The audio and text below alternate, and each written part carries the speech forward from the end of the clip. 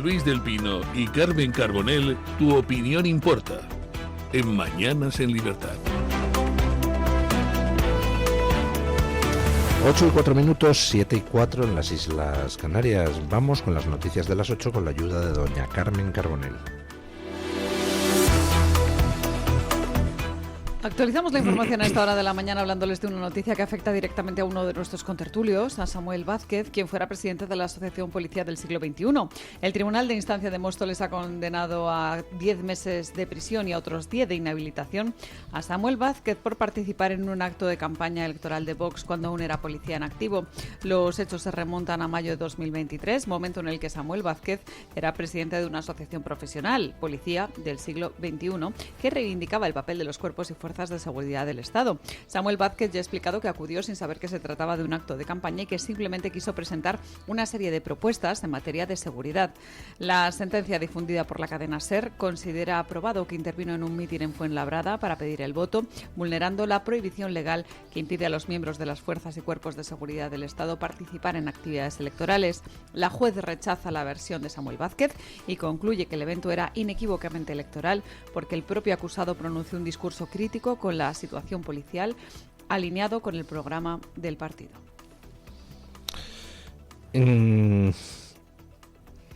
O sea, que aquí todo el mundo en España puede participar en mítines del PSOE, pedir con el dedo así en la cejita para el PSOE el voto, a firmar manifiestos en favor del PSOE, pero si Samuel Vázquez asiste a un mitin de Vox, entonces llega una juez y le condena a 8 meses de cárcel. Por supuesto no entra a la cárcel porque es una condena inferior a 2 años. Ayer El País titulaba: el portavoz de inmigración de Vox condenado por delito electoral. Por delito electoral, condenado por asistir a un mitin de Vox. Se da la curiosa circunstancia de que ha sido condenado por una juez que es la que llevaba inicialmente uno de los casos de corrupción contra Noelia Pose, la del Partido Socialista, y que protagonizó, según informaba La Razón en su día, un curioso caso de intento de agarrarse a un procedimiento, porque resulta que la cambian de juzgado y entonces intentó llevarse el caso consigo para seguir teniéndolo controlado, cosa que al final no consiguió. Entonces esta juez peculiar es la que condena a Samuel Vázquez. Bueno, pues todo mi apoyo a Samuel Vázquez. Y bueno, pues estoy seguro de que será recurrido y de que esta sentencia absolutamente aberrante pues será anulada. Pero vamos, que intentan ir a por todas, intentan silenciar a quienes llaman la atención sobre la corrupción socialista, a quienes llaman la atención sobre la degradación institucional y a quienes llaman la atención sobre alguno de los problemas más graves que en estos momentos tiene España y toda la Unión Europea, el tema de la inmigración.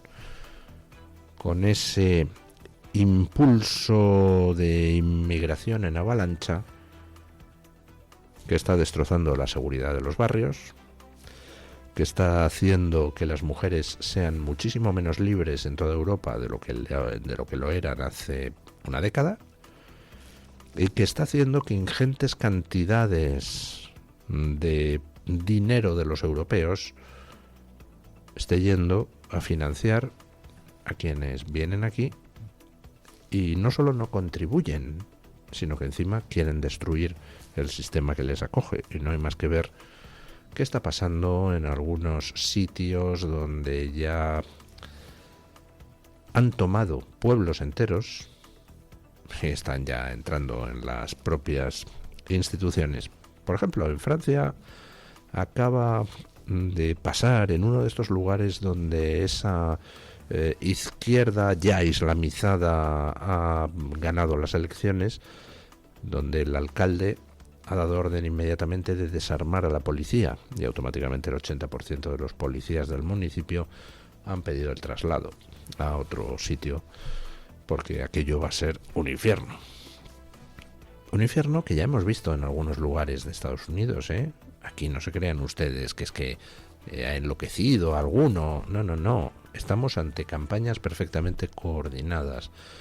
Y, por ejemplo, a nivel europeo, hoy es Angela Merkel la que te mete de golpe 2 millones de sirios y mañana es Pedro Sánchez el que te mete de golpe otro 1 millón de irregulares. No son tíos que han perdido la cabeza y de repente han llegado a Moncloa por calambola. No. Asistimos a una ofensiva perfectamente coordinada entre los distintos actores políticos del bando progre de izquierda y de derecha de los distintos países, y Pedro Sánchez no es más que un ejecutor de órdenes que vienen de fuera. Y por supuesto, gente como Samuel Vázquez molesta a esta gentuza. Pues lo dicho, todo mi apoyo a Samuel Vázquez, condenado por una juez un tanto peculiar de Móstoles, la que intentaba quedarse para seguirlo controlando el caso contra Noelia Pose. Bueno, y vamos con algo de lo que sinceramente no quiero hablar. Y no quiero hablar porque me revuelve el estómago, me entristece muchísimo. Hoy, en España se va a ejecutar a la víctima de una violación. Escuchen.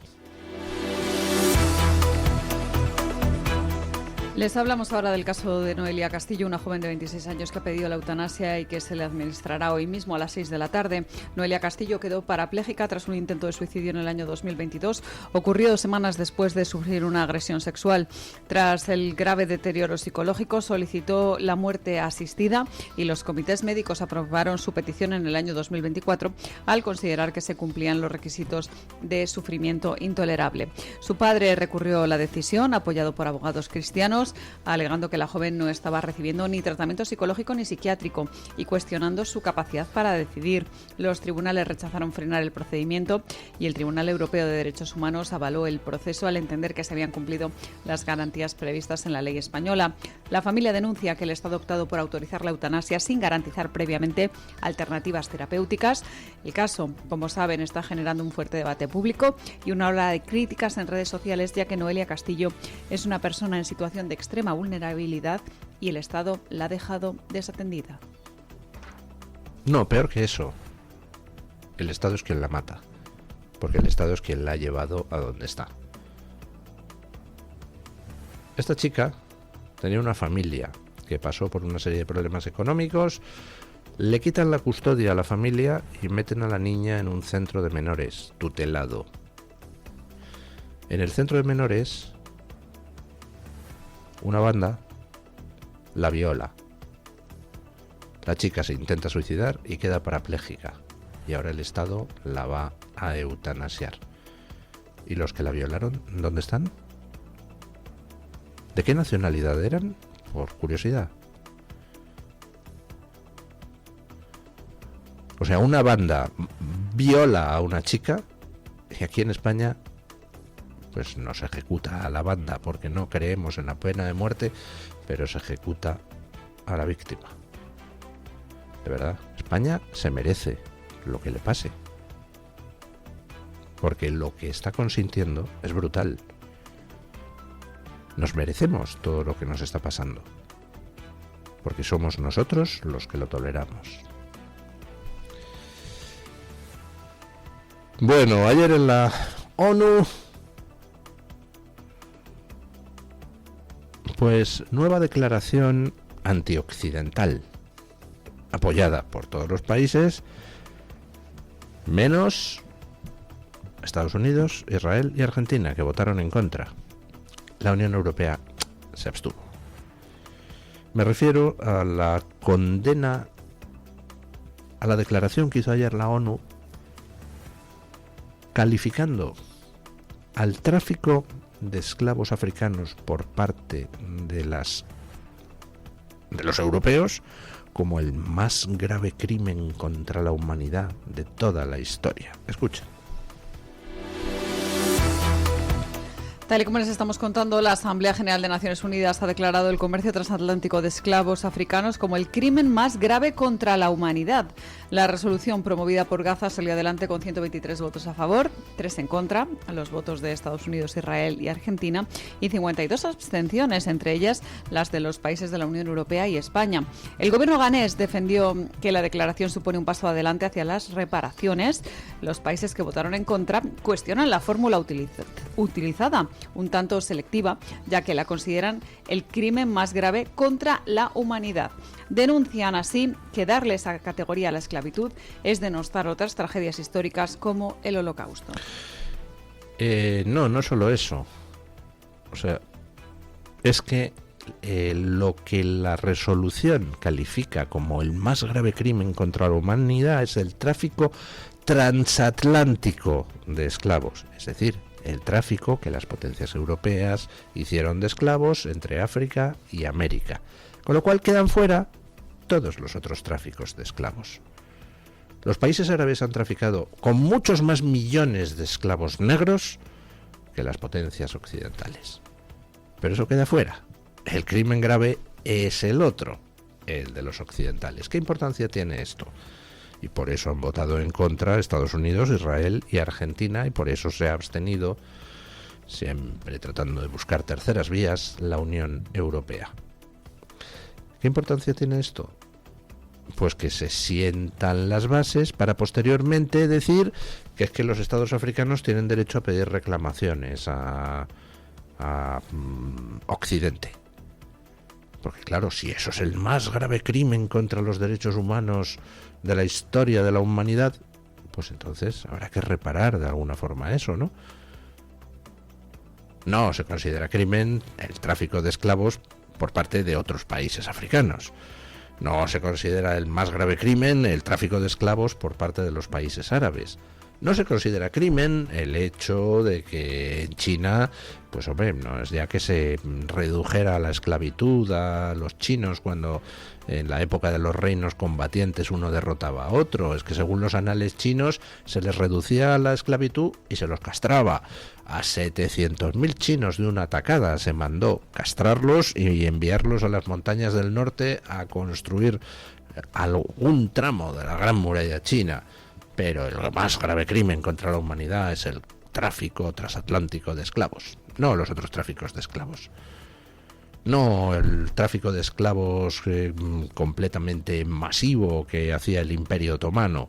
No el tráfico de esclavos industrial del Imperio Romano. No, el más grave crimen contra la humanidad es exclusivamente el que cometió Occidente, el Occidente liberal, capitalista y democrático.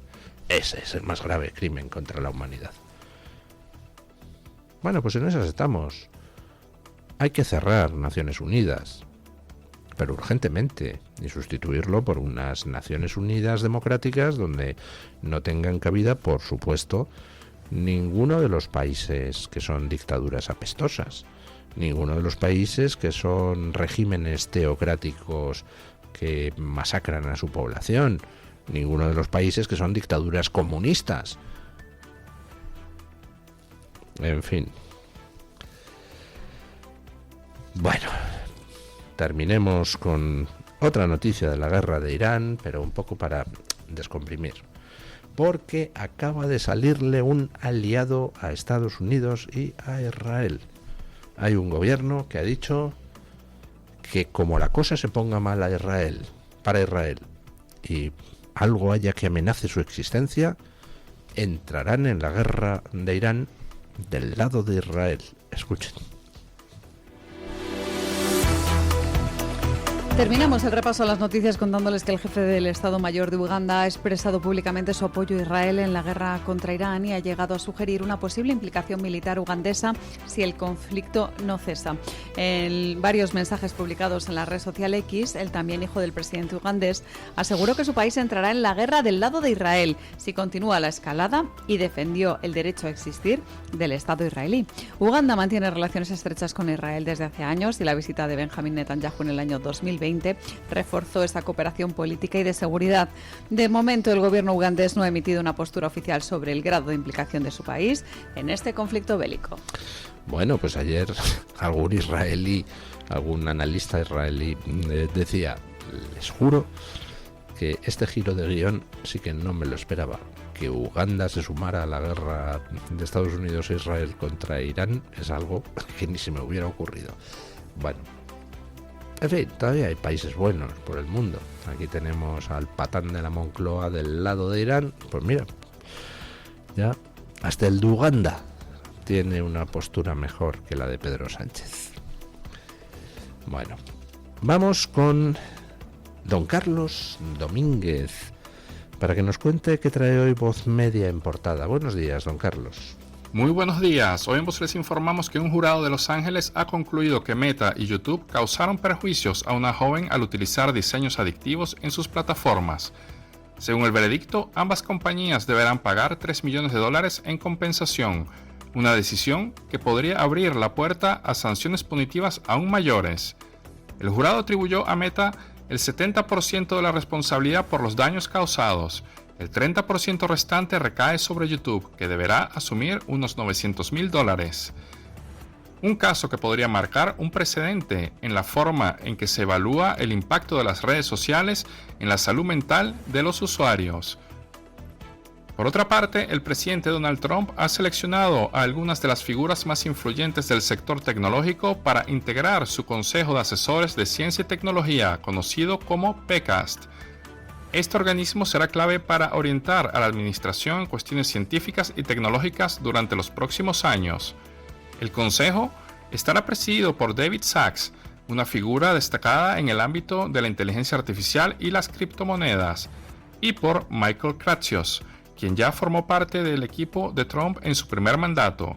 Su misión será elaborar informes y estudios, recomendaciones sobre los desafíos y oportunidades que plantean las tecnologías emergentes. Para terminar, el año 2025 cerró con una estimación de alrededor de 1.126.000 abortos en Estados Unidos, según los datos publicados por el Instituto Gomacher, una organización que realiza seguimiento anual de estas cifras. El número supone un ligero aumento respecto a 2024, cuando se registraron aproximadamente 1.124.000 procedimientos. El informe destaca el incremento notable en el uso de la píldora abortiva a través de servicios de telemedicina. Las dispensaciones pasaron de 72.000 en 2024 a 91.000 en 2025. Con esta tendencia, el aborto mediante medicación representa ya casi 2 de cada 3 procedimientos en el país. Ya saben que para ampliar estas informaciones y conocer otras noticias pueden visitar nuestra página web voz.us y nuestras redes sociales.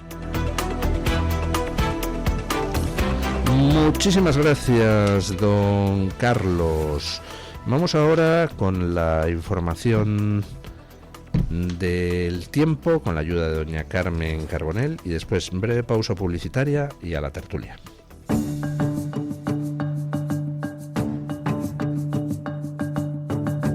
El tiempo en Radio Libertad. Hoy continúan los avisos por fuertes vientos en el Ebro, Pirineo, Ampurdán, Norte Baleares, Litoral Gallego y conforme vaya avanzando la jornada también en el Estrecho y puntos de Alborán. Predominarán los cielos cubiertos en el extremo norte peninsular y en el norte de Baleares, con lluvias débiles en el Cantábrico, Alto Ebro, norte de la Ibérica, Pirineo y Mallorca. También podrán darse de forma ocasional el resto del archipiélago y en el litoral central de Cataluña. En la Ibérica y en la meseta norte las nubes tenderán a levantar. Tendremos intervalos nubosos en Alborán, Estrecho y sureste. En el resto tendremos ambiente poco nuboso con nubes altas. La cota de nieve se sitúa entre los 900 y 1100 metros en el norte, con acumulaciones importantes en zonas de montaña, especialmente en el Pirineo occidental. Habrá heladas débiles en montañas del norte, donde puede haber nieblas matinales persistentes. En Canarias seguirá la inestabilidad, con cielos nubosos y lluvias en las islas montañosas. Las máximas descienden de forma notable en los Pirineos, centro, norte y este peninsular, y sin grandes cambios en los archipiélagos. Tu voz, tu libertad, tu radio. Radio Libertad.